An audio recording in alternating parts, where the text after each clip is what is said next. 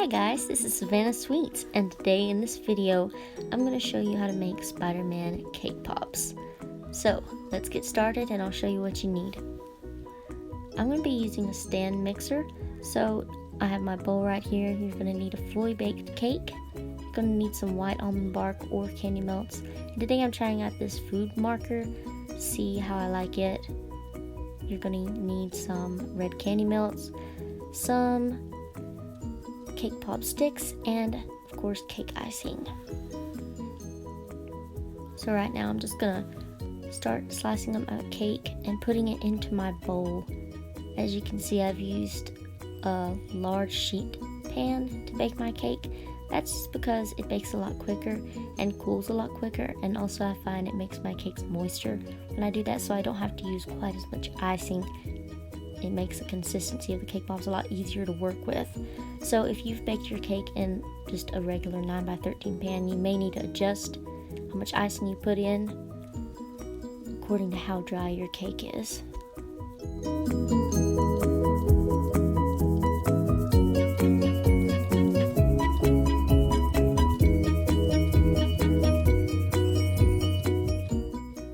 What I'm getting ready to show you is basically the most crucial part of making cake pops, and that is the amount of icing that you put in. So if you put in too much icing, it can make your cake pop dough really moist, and that's not essentially what you want, because if it's too moist and gooey, then it's just going to fall off your stick, or it's not going to hold its shape. It's just going to be a mess.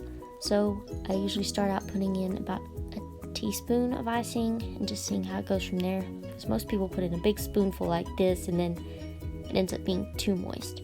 So since my cake is moist, usually I just put in a teaspoon to 2 teaspoons, and then if I need more later, I can add it in.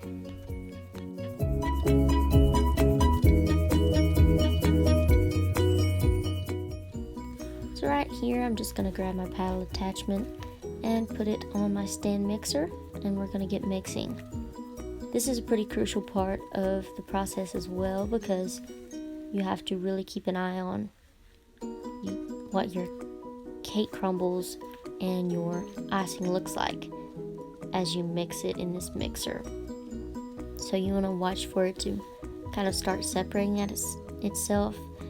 As you see right here, it kind of starts separating to like little crumbles. And when you see it doing that, it almost looks too dry. Like right here, it looks way too dry, like you're going to need a lot more icing. But if you let it keep mixing and mixing and mixing, as it does right here, then in a few moments it's going to form the dough that we're looking for without adding any extra icing in.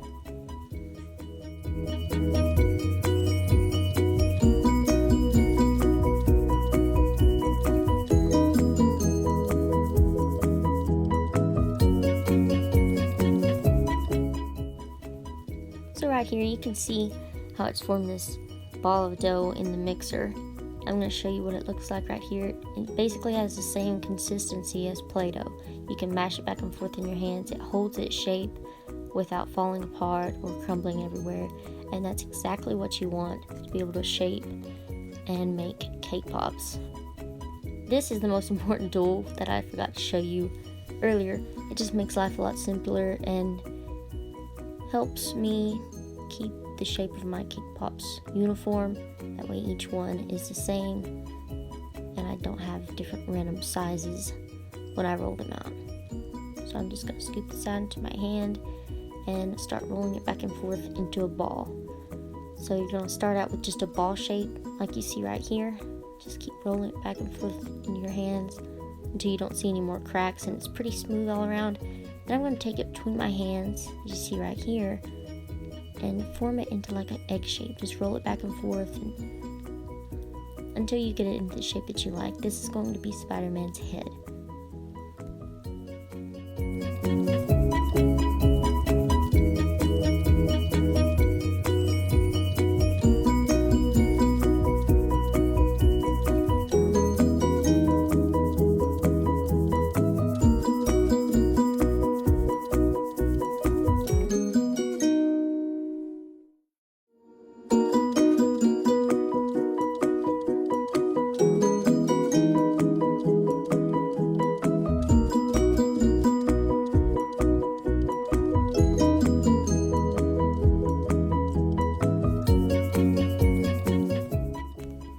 this point, I've already added some candy melts to my mug, along with 2 teaspoons of Crisco, and melted that for 30 seconds in the microwave. I'm going to give that a stir right here. You always want to melt your candy melts at 30-second intervals, stirring in between each time. If you heat your chocolate for too long without stirring, then it can cause your chocolate to scorch and taste bad, or cause it to seize up and you won't be able to dip anything in it. Also, I use Crisco because it seems to help the chocolate melt better and smoother, and makes it a lot easier for dipping my cake pops in.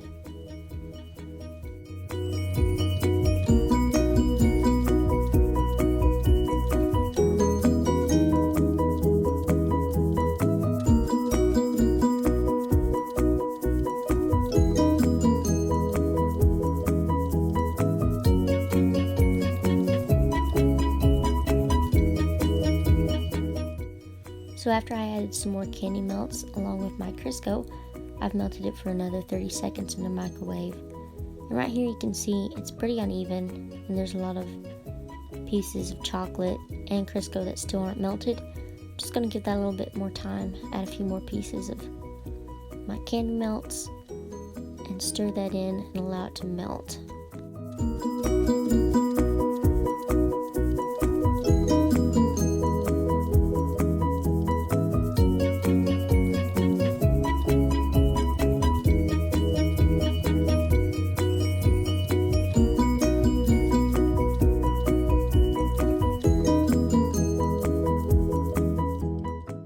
So I didn't like the consistency of my candy melt, so I'm just adding a little bit more Crisco to see if I can get that consistency just a little bit more smooth. Sometimes you just have to play around with it a little bit, add more Crisco, heat it in the microwave for a few seconds.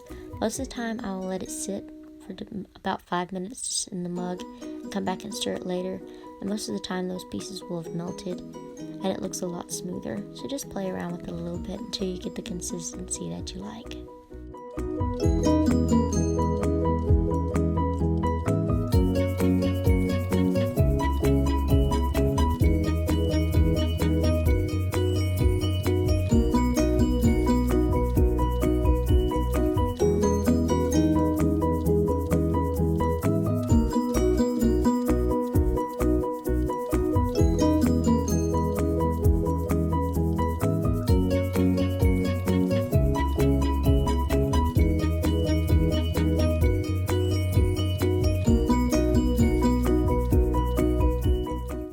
Oh, and by the way, I do have my cake pops in the refrigerator chilling for just a little bit until I get my chocolate melted. I wanted them to harden just a little bit before I put the sticks in. So I just put them in there for about 5 minutes.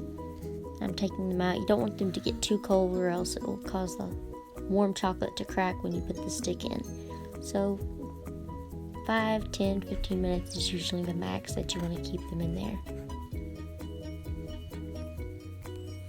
So I'm just going to take this stick and I'm going to dip it about 3/4 of an inch in the chocolate, and I'm going to dip it here in the small end of these little egg-shaped cake pops.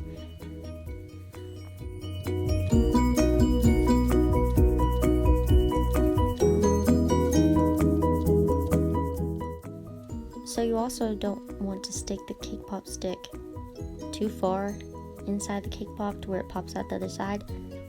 Just about halfway or 3/4 of the way through will be enough, as you can see right here.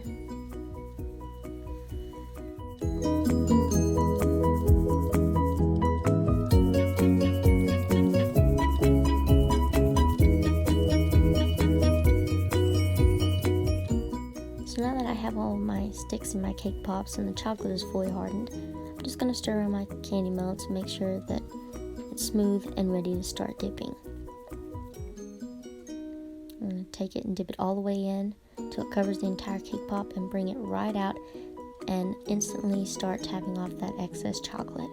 You want to get as much of that off as you can, but do it very gently, or else you could end up tapping it too hard and causing the cake pop to fall off of the stick. So just be very careful when you're doing this. So after my cake pops were dipped and fully dried, I tried using the food marker that you can see in that cup in the background, but I didn't really like the way that looked. So instead I melted some chocolate in a Ziploc bag, added some black food coloring, and snipped off the end. So that's what I'm going to be using to decorate these today. Also, I melted some white chocolate almond bark, put it in a Ziploc bag, and snipped off the ends. And that's what I filled in the eyes with.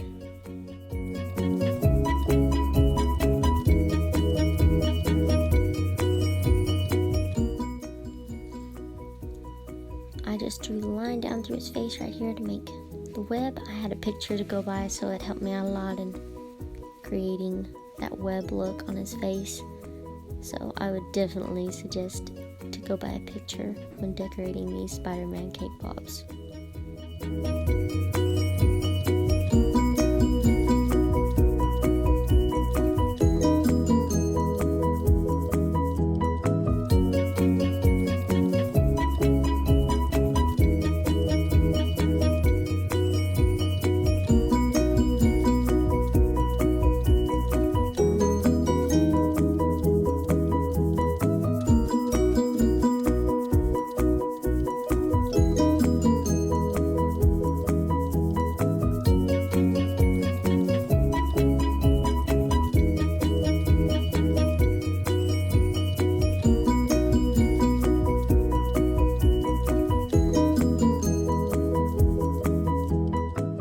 So right here, I'm just going to fill in these eyes with the white chocolate.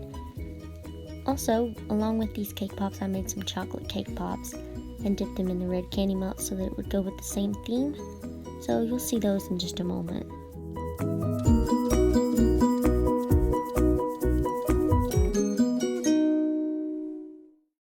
So here's the finished Spider-Man cake pop. I really hope you enjoyed watching this video, and that if you did, you'll like and subscribe and come back to watch more cake pop tutorials by Savannah Sweets. Thanks for watching!